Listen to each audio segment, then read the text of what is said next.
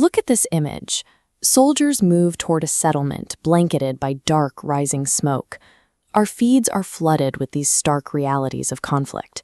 The tension trickles down from the battlefield directly into civilian life. We are reminded of chemical threats and the constant need to be prepared. Even the environment seems hostile. Massive walls of sand blow in from Africa to dwarf these settlements, layering environmental dread on geopolitical tension. When this sensory assault hits a breaking point, we close our eyes.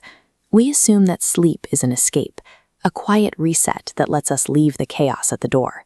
But the brain doesn't shut down. Instead, it boots up a high-powered cinematic processing engine. It forces us to sit through surreal movies of its own creation, just so we can digest the events of the waking world. The mind usually starts these internal screenings with a sense of the familiar. You dream you're doing something mundane, like stopping by your son's apartment while the neighbors complain about the noise. But then the logic breaks. Inside those small, familiar rooms, an entire circus troupe has moved in and started training. The director of this imaginary circus hands you a gift. It is a massive, wild cat with strange red markings, looking and acting exactly like an aggressive puma. This diagram shows the psychological mechanism at work. The brain takes a massive, uncontrollable threat from your waking life and actively tries to compress it into a manageable shape. The threat is neutralized in real time. The puma leaps under a dining table and instantly transforms, emerging as a fluffy, completely harmless Maine Coon cat. The dream characters casually explain that the dangerous puma was just a stage persona. By dressing up existential dread as a domestic nuisance, like figuring out where to put a litter box, the subconscious disarms the anxiety. But the anxiety finds a new way in. The dream shifts to the day of the circus performance. You arrive at the venue to find the entrance completely abandoned. No security, no one taking tickets. You wander inside, walking up staircases only to walk right back down them. The spatial confusion builds a disorienting psychological tension. Then you hit a dead end. A massive iron door blocks your path, bolted shut and secured with a giant heavy wheel. Immediately, the waking world leaks through. You look at that bunker door and your brain supplies the exact fears you read in the news. Homefront command warnings, hidden chemical weapons, or missile stockpiles.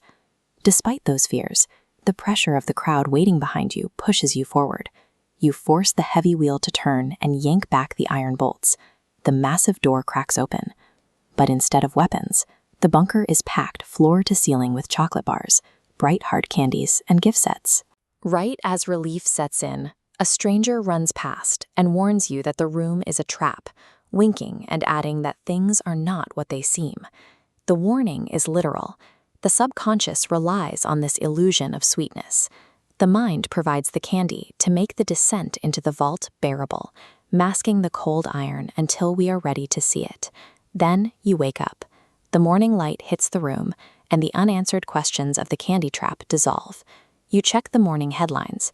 The news shares the dream's vocabulary, military operations called Iron Swords, and a lion's roar echoing across the region.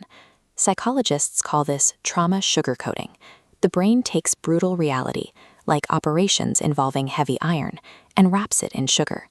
The lion on the rug anchors the lion's roar operation on the news.